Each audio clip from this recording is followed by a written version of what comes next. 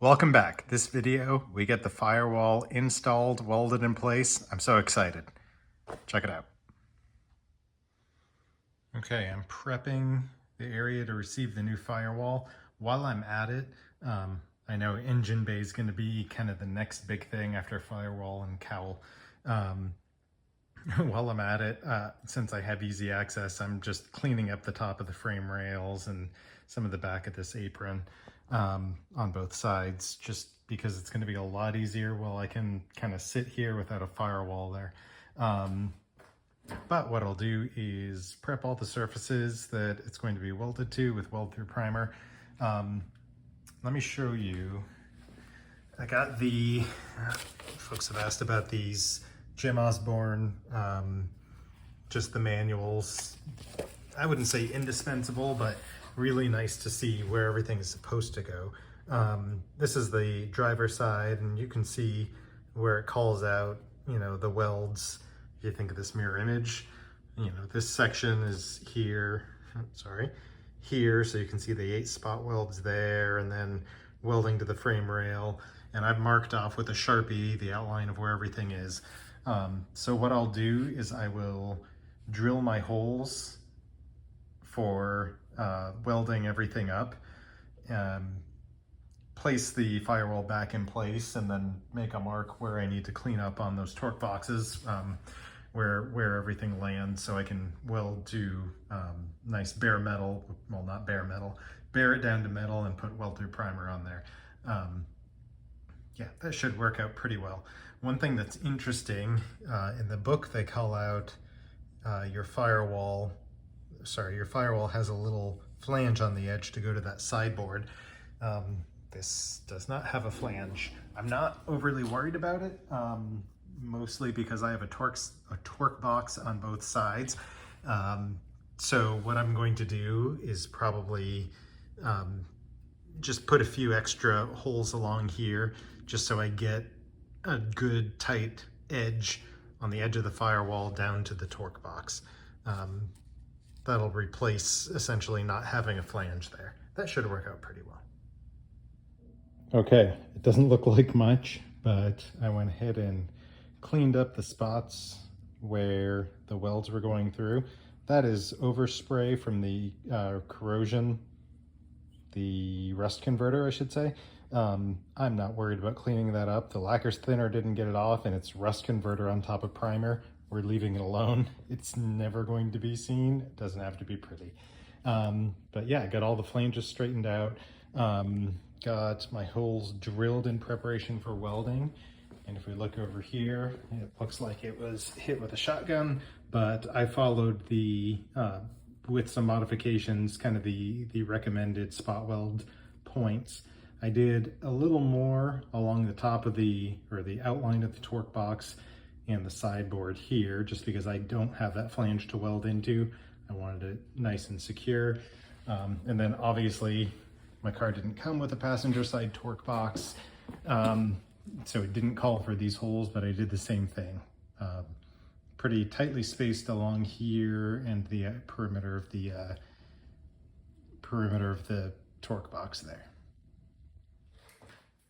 Okay, so you might be able to see everywhere I had bared the metal, cleaning up the welds. I just went over with some weld through primer. This panel is already in weld through primer, and I've used similar in the past, and it's worked really well, but just to protect any metal I cleaned off. So everywhere it's going to be sandwiched, I've got weld through just to protect. There were a couple of little warps in the flanges, just kind of got the final straightening of the flanges there. This piece is ready to be put in, hopefully for the last time. If you recall last video or a video or two ago, I played around with the core seal. While I was at it, this is the last time I'm going to have this good of an access to the frame rails. They're not in bad shape, but I just took a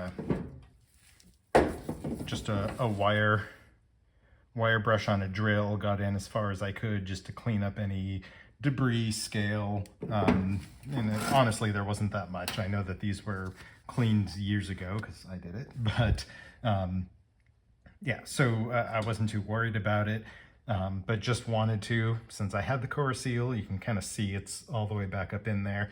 Got a nice thick coat on there. Someone last video had commented that it probably would work and look better if I cleaned it off, and they're probably right. So I took a little lacquer thinner and got as far up as I could with my hand in a rag and just kind of cleaned out everything there. Not that I'm worried about the finish here, never ever going to be seen, or if it is seen, then we got bigger problems. So that's just going to do its thing, probably take a day or so to fully set up. But yeah, we are just about ready to weld. That compressor. Okay, where was I? We are just about ready to weld. So what I'm going to do, I'm going to fit up, put the firewall in place. Well, first I'm going to do a little cleaning. I have been making a mess. Then I'm going to put the firewall in place, put the cowl in place, at least the lower cowl, make sure that's all squared away, line up the upper cowl, clamp everything, put some sheet metal screws in everything, and adjust literally everything. We're going to make sure all of my flanges line up, make sure that the export braces line up, and I'm also going to go ahead and double check the level of the car. If you recall from earlier, that was a big question of whether we had a twist going on and if we could take any of that twist out of the car that was there since I bought it. So yeah, hopefully we are good to go pretty soon. Okay, you may have seen on the time lapse, I set up it's just a little laser level on a small little tripod. So essentially, I know I've got a level plane going out through the back of the car.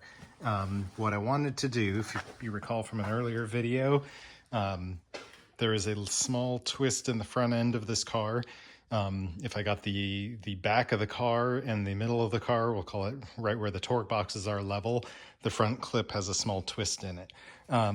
So I was hoping with the firewall out of there, maybe some of that would relax. And I think I got a little bit of it out. I'm not looking to rebend the frame on this. If it's not running perfectly true, that's okay. It'll be fine. So yeah, so with everything clamped up, not welded in yet, I just took measurements, floor supports, rear leaf spring mounts, and front. And I think a little bit of that twist did come out. It's not perfect, but it is within Evan's tolerance. Okay, as you may have seen, I've gotten everything fit up on the cowl and screwed into the place on the sideboards.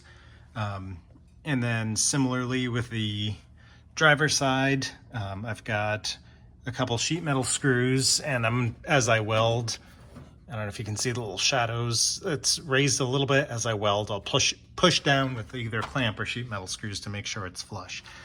However, here is the space where I thought I was going to have an issue, and hey, here we are, we're having an issue.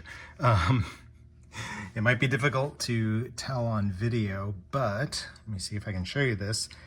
This is just with it sitting there. If you recall, I made the slit here so that I could install it. And it may or may not be obvious, this piece right here is maybe an 1/8 inch in front of this one. Additionally, I've got, well, it might only be visible when I push it, so that much travel down to the torque box. So, I mean, this whole piece is up a little bit, but let me show you what happens if I can do this single-handedly. If I push this down, everything looks good. We got a nice, except for right there, because I drilled that too low. We'll burn that bridge later. Everything over on this side is nice and flush, all the way to this row here, where my thumb is. I know, not enough hands, I'll use a foot. So, right, flush all the way to here, but then we wind up with a gap here, and now we're in front. If I drop a bunch of stuff, if I kind of maybe show you kind of rocking back and forth.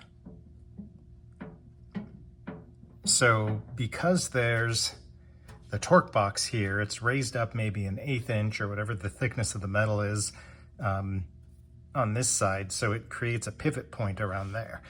Now that's actually not as big of a deal as it sounds. So we know we can easily get flush up to here. When I pivot this way,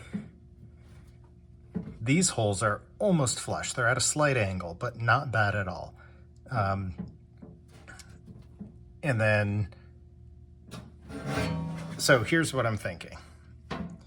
I think if I make a relief cut here, that's gonna allow that side and that side to move independently.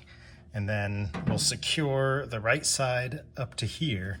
And then with that relief cut, I should be able to bend from here over and then flat again. And what I'll probably do is, once this is secure,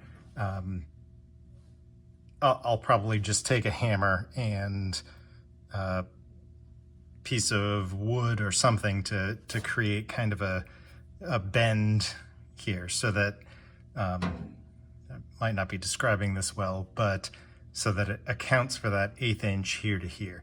So it should be flat, jog down, and flat again. And then that should take care of that. Yeah, I'll do the relief cut right in the middle here so that it can pull apart and then joggle there. And then that should make this line up pretty nicely. So once everything's said and done and this piece is rotated in place, everything should be just about where it needs to be. Okay, and just like that, that actually worked the way I intended. I shouldn't sound so surprised when something I plan works out. So let me show you. I went ahead and made 2 relief cuts, and these are inside of the floor support. So I will weld these up, but on the other side, it's not going to be perfect. And it's inside the floor support, so not worried about that. So creating the 2 relief welds allowed this to bend. You can almost see right there where I have the crease, where it folds that way. And then I did the opposite here. You can see where I marred with the piece of wood, marred the weld through primer. So it does jog down and then jogs flat again. And if I show you here, it's gonna be really hard to see in the video, but I got a sheet metal screw on that side, and it lines up flush up against the frame rail there. And again, tough to tell, but that is just about where it needs to be. So I'm gonna obviously weld straight down the firewall when I get at it. Yeah, someone had asked in a comment if this would create a mismatch if it's not perfectly, well, not perfect with the other side, which I didn't have this problem on the other side, but yeah, I guess the answer is yes. It wasn't designed, it doesn't look like it's designed to sit up higher, so it's not the prettiest thing in the world, and obviously that's just mostly marring of the weld through primer, but yeah, I did have to create a little joggle in there. Alternatively, you could leave it, but I want it flush up against that frame rail.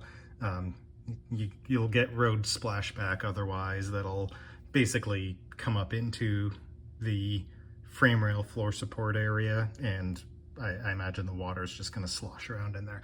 Doesn't sound like a good plan. So yeah, so when it bent down like this little tab opened up wider here, and it's overlapping there. So what I'll do is I'll just take and cut a little wedge out so that I can weld these up, and that'll probably be small enough. I'll just take a piece of copper backing and just weld it closed. Again, it'll be hidden on the other side. Doesn't have to be, sorry, be nice if I pointed at what I'm looking at.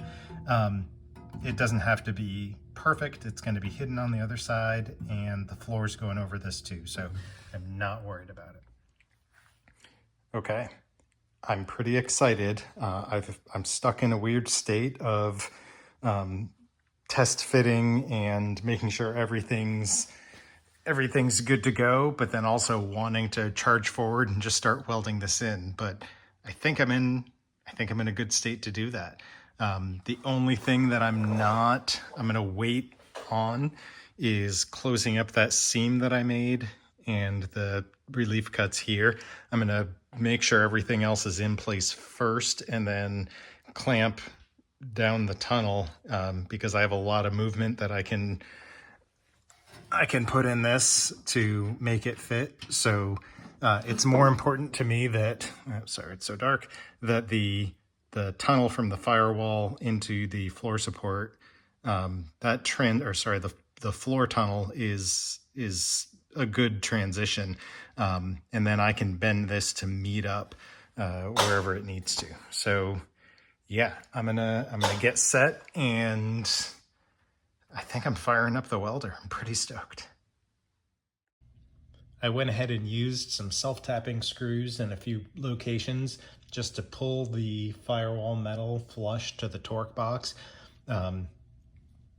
So as I go along, I go ahead and press and make sure. Sometimes I'll use a hammer with a block of wood and make sure everything's bent where it needs to be, to flush that firewall up against the metal underneath it. So I was having some struggles with my weld settings. I've got the really thick torque box underneath and the relatively thin firewall. Yeah, I was finding when my settings were good to get good penetration onto the torque box or into the torque box metal, I was basically burning back on the firewall, and vice versa. If I were a good setting for the firewall thickness, it wasn't really penetrating through. I could kind of tell. So I'd wind up with sputtering and the weld would just kind of sit on top. So it was a little bit of a balancing act. You know, of course, I figured it out basically as I finished, but found a nice sweet spot in settings and wire speed and everything else. Still a little bit of a struggle towards the edges, but was able to work that out nicely. Okay, we have just about all of the driver's side welds in. Excuse me. Most of the passenger side and the seam. I was having a lot of struggles going back and forth with weld settings on that. So we'll see how complete it is. I'm gonna have to obviously clean it up. And I know I've got some spots that I need to hit and clean up and redress. So we're going to do that. Not a big deal. It's what happens when Evan welds. And I got the sides all done. Everything's clamped up still, exactly where it fit. I realized I didn't do a sufficient job at cleaning up the backside where this is welding through. So I'm holding off on that for another day. The other passenger side is cleaner here, but same thing. I held off on doing those. They're sheet metaled in place, but I did get the welds going down here. So I've got the sideboards and the torque box welded together. So I don't know if it shows up very well, but yeah, you can see where I had made the slits to bend this down to make it flush and flush. Nice little transition to account for the gap or the extra thickness from the torque box. But yeah, so this, I had cut this side to make it line up, and you can almost see this goes straight and then jog and then jogs back. But there's probably a good 1/4 inch, maybe a little bit more gap there, just from where the metal, where this bent, and so that went sideways to accommodate it. So that actually worked out pretty well. Someone had asked about copper backing that I had mentioned in a previous video that I was using for welding. And it's just this little deal. It's got some magnetic feet and a little copper plate that you can put there. The idea is you put this behind where you're welding and weld to the other side. It'll help maybe prevent some blow through on some thinner metal and maybe act as a little bit of a heat sink. But I picked up this copper plate and it's got some magnets here. They're not the strongest magnets.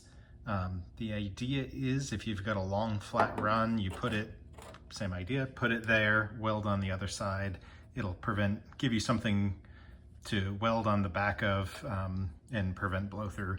So I'm gonna try that out along on the back side of this long stretch and see how it works out.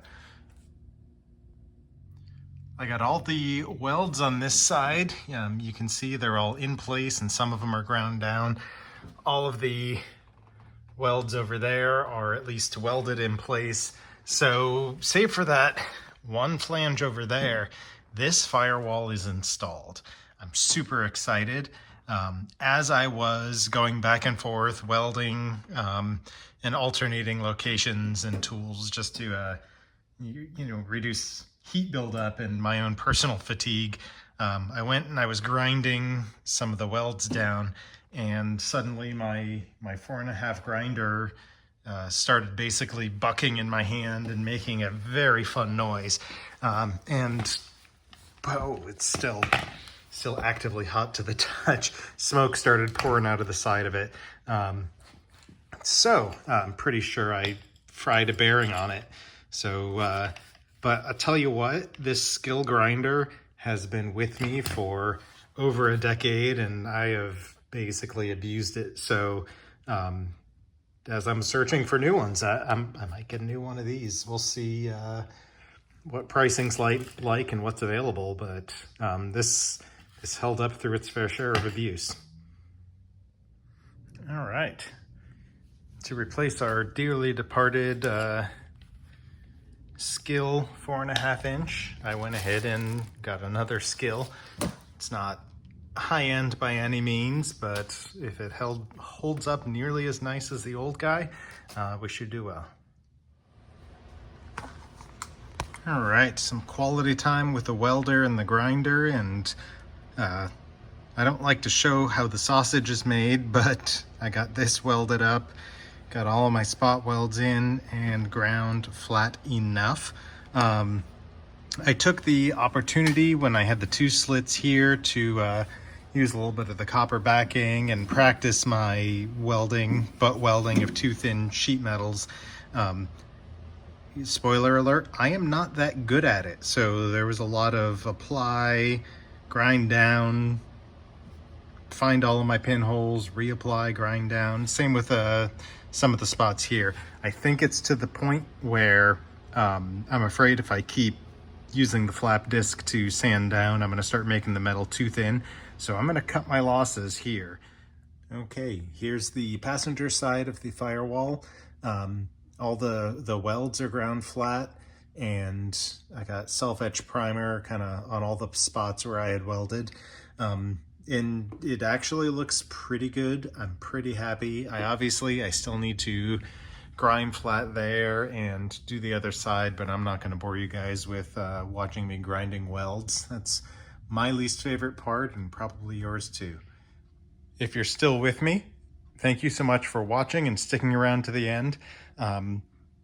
We've got this Firewall in. I'm so excited.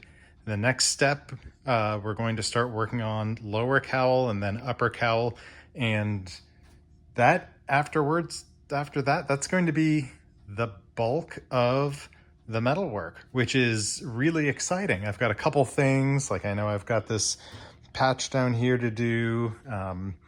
Yeah, a few other things that I'm going to weld up, but that's going to be the end of the large sheet metal, and that is a huge milestone. I'm pretty stoked. All right, thanks for watching and stay tuned. Lots more to come.